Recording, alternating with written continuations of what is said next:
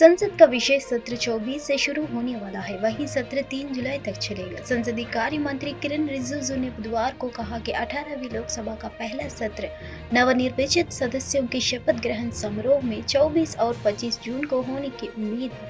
सत्र के पहले 3 दिनों में नवनिर्वाचित नेता शपथ लेंगे या लोकसभा की अपनी सदस्यता की पुष्टि करेंगे और सदन के अध्यक्ष का चुनाव करेंगे।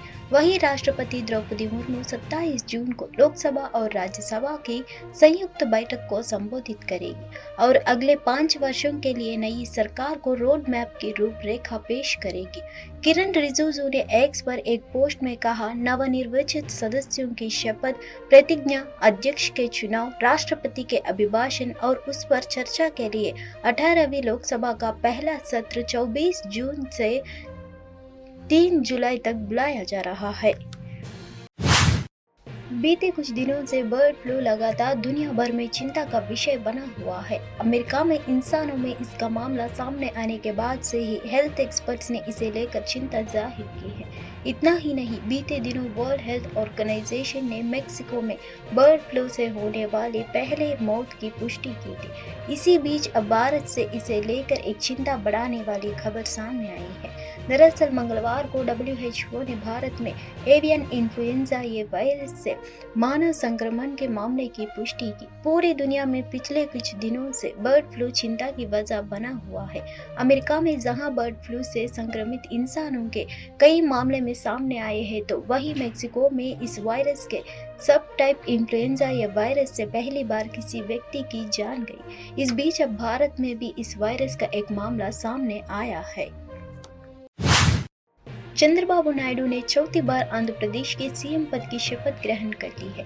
उनके शपथ समारोह में पीएम मोदी मौजूद है। ये शपथ समारोह विजयवाड़ा में हो रहा है।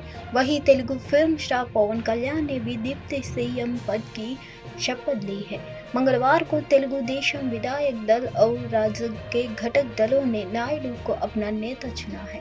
नायडू ने विधायकों को संबोधित करते हुए कहा था कि वह अमरावती को आंध्र प्रदेश की एकमात्र राजधानी के रूप में विकसित करने के लिए प्रतिबद्ध है। नायडू ने कहा था, आप सभी के सहयोग से मैं शपथ ग्रहण कर रहा हूँ और इसके लिए मैं आप सभी का आभार व्यक्त करता हूँ। शपथ ग्रहण समारोह में प्रधानमंत्री मोदी आ रहे हैं। आंध्र प्रदेश में राजग ने तेदेपा, बसपा और जनसेना शामिल है। राजग ने 160 सीटें के साथ विधानसभा में पूर्ण बहुमत हासिल किया है। भारतीय राष्ट्रीय कांग्रेस की उत्तर प्रदेश इकाई के अध्यक्ष अजय राय ने पार्टी के पूर्व अध्यक्ष और रायबरेली से सांसद राहुल गांधी के उस बयान पर प्रतिक्रिया दी है जिसमें उन्होंने कहा था कि प्रियंका गांधी को वाराणसी से चुनाव लड़ना चाहिए था। राय ने कहा कि हम सब ने आग्रह किया था कि प्रियंका लड़े, वाकई वो लड़ती तो मुकाबला दिलचस्प होता। जम्मू और कश्मीर में हुई अंत की घटना पर राय ने कहा कि एलजी साहिब वाराणसी में आकर पीएम को चुनाव लड़ाने में व्यस्त थे और यही काम कर रही है, तो वहां क्या होगा यही होगा और क्या। बीजेपी के 400 पार के नुकसान पर राय ने कहा कि इनके सारे नारे फैला हो गए तो ये भी फेल हो जाए। बता दें, अमेठी और रायबरेली लोकसभा सीट से बड़ी जीत हासिल करने के बाद कांग्रेस नेता राहुल और प्रियंका गांधी पहली बार मंगलवार को रायबरेली पहुंचे। इस दौरान दोनों नेताओं ने जनता का आभार जताते हुए केंद्र की मोदी सरकार पर जमकर हमला बोला। रायबरेली के सांसद राहुल गांधी ने प्रधानमंत्री मोदी पर हमला बोलते हुए कहा कि अगर उनकी बहन प्रियंका गांधी वड्रा वाराणसी लोकसभा सीट से चुनाव लड़ती है तो वह प्रधानमंत्री मोदी को 2 से 3 लाख वोटों से हरा देती। उन्होंने आगे कहा कि मैं यह बात अहंकार में आकर नहीं कह रहा हूँ, मैं यह इसलिए कह रहा हूँ क्योंकि भारत की जनता ने प्रधानमंत्री मोदी को संदेश दिया है कि वे उनकी राजनीति से खुश नहीं है। उन्होंने केवल नफरत के आधार पर चुनाव लड़ने का काम किया। नफरत और हिंसा के खिलाफ देश की जनता अब खड़ी हो चुकी है। राहुल गांधी रायबरेली लोकसभा सीट से बड़े अंतर से चुनाव जीतने का सफल रहे हैं। उन्होंने बसपा प्रत्याशी दिनेश प्रताप सिंह को करारी शिकस्त देकर अपने पारिवारिक गढ़ को बरकरार रखा है। वहीं अमेठी लोकसभा सीट से केएल शर्मा ने बसपा उम्मीदवार स्मृति ईरानी को 1.6 लाख से अधिक मतों के अंतर से हराया है, जिसके बाद कांग्रेस पार्टी के नेताओं और कार्यकर्ताओं के हौसले बुलंद हैं। कांग्रेस ने जम्मू कश्मीर में लगातार हो रही आतंकी घटनाओं को लेकर प्रधानमंत्री नरेंद्र मोदी पर तीखा हमला बोला। कांग्रेस ने कहा पीएम मोदी के पास आतंकी हमले में मारे गए लोगों की सहानुभूति के लिए एक शब्द नहीं है, लेकिन वे पाकिस्तान के पीएम के साथ ट्वीट में व्यस्त है। कांग्रेस नेता पवन खेड़े ने बयान जारी कर कहा, जम्मू कश्मीर में 3 दिन में 3 आतंकी हमले हुए, प्रधानमंत्री मोदी की नजर रियासी पर क्यों नहीं है। उन्होंने पाकिस्तानी नेताओं को ट्वीट कर जवाब दिया, लेकिन क्रूर आतंकी हमलों की निंदा करने का उन्हें समय नहीं मिला। पिछले 10 सालों में मोदी सरकार की झूठी छाती ठोकने की वजह से राष्ट्रीय सुरक्षा को नुकसान पहुंचा है, जबकि निर्दोष लोग कार्यरता पूर्ण आतंकी हमलों का शिकार हुआ है। लेकिन सब कुछ पहले जैसा ही चल रहा है। कांग्रेस नेता राहुल गांधी ने बुधवार को कहा कि धर्म संकट में फंस गया हूँ कि संसद रायबरेली से रहा या वायनाड से रहूं। उन्होंने प्रधानमंत्री मोदी पर तंज कसते हुए कहा कि ऐसा इसलिए क्योंकि मैं पीएम की तरह भगवान नहीं हूँ, लेकिन मनुष्य हूँ। केरल में कांग्रेस के पूर्व अध्यक्ष राहुल गांधी ने कहा, मैं इस दुविधा में हूँ कि मैं वायनाड का संसद बना रहूं या रायबरेली का। मुझे उम्मीद है कि वायनाड और रायबरेली के लोग मेरे फैसले से खुश होंगे। उन्होंने आगे लोगों का धन्यवाद करते हुए कहा कि नफरत को प्रेम ने और अहंकार को विनम्रता ने पराजित कर दिया है। दरअसल इस लोकसभा चुनाव में राहुल गांधी ने यूपी की रायबरेली और केरल की वायनाड सीट से दर्ज की है। राहुल गांधी ने उत्तर प्रदेश के रायबरेली लोकसभा सीट पर बीजेपी के उम्मीदवार दिनेश प्रताप सिंह को 3,90,030 मतों के अंतर से हराया था। वहीं वायनाड में राहुल गांधी ने मकपा की एनी राजा को हराया है। साल 2019 के लोकसभा चुनाव में भी राहुल गांधी ने 2 सीटों से चुनाव लड़ा था, लेकिन अमेठी में उन्हें स्मृति ईरानी ने हरा दिया है।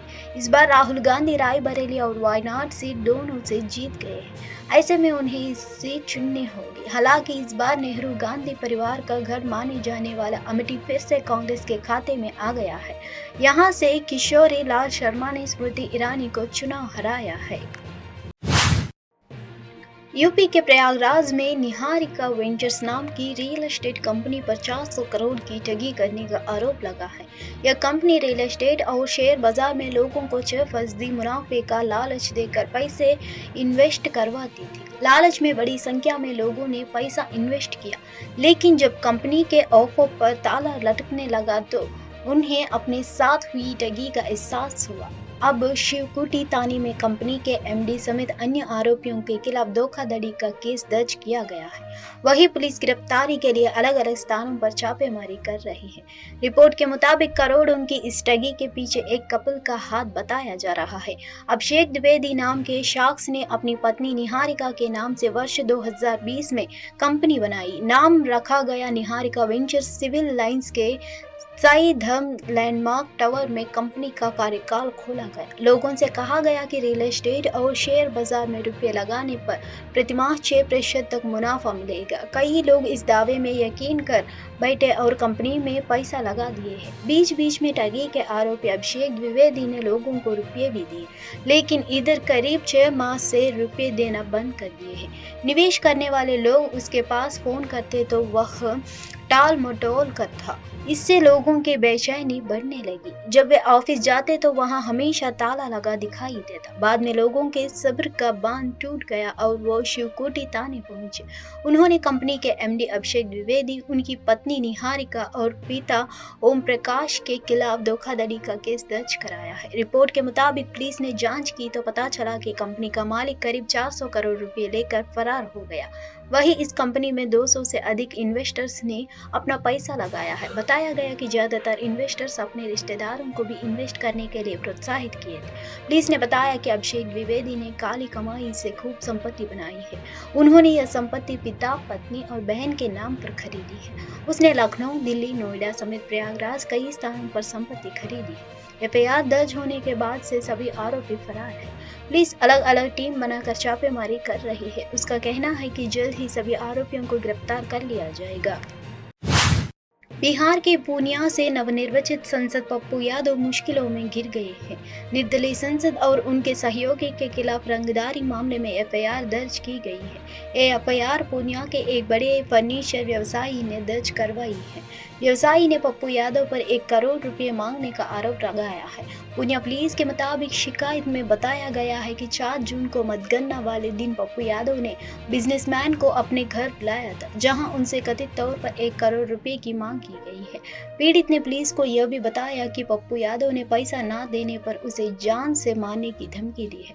शिकायत में बताया गया कि पप्पू यादव ने उनसे ये भी कहा कि अगले 5 साल तक वो पूर्णिया के सांसद रहने वाले हैं और उसे तब तक उनसे निपटते रहना होगा। शिकायत के बाद पप्पू यादव और उनके करीबी अमित यादव के खिलाफ मुफस्सिल पुलिस स्टेशन में एफआईआर दर्ज कर लिया गया है।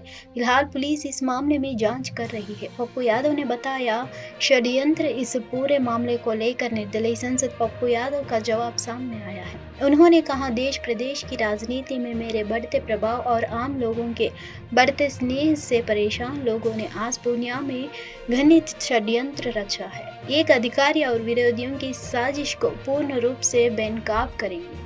सुप्रीम कोर्ट के अधीन इसकी निष्पक्ष जांच करवाई जाए, जो दोषी हो उसे फांसी दे दे।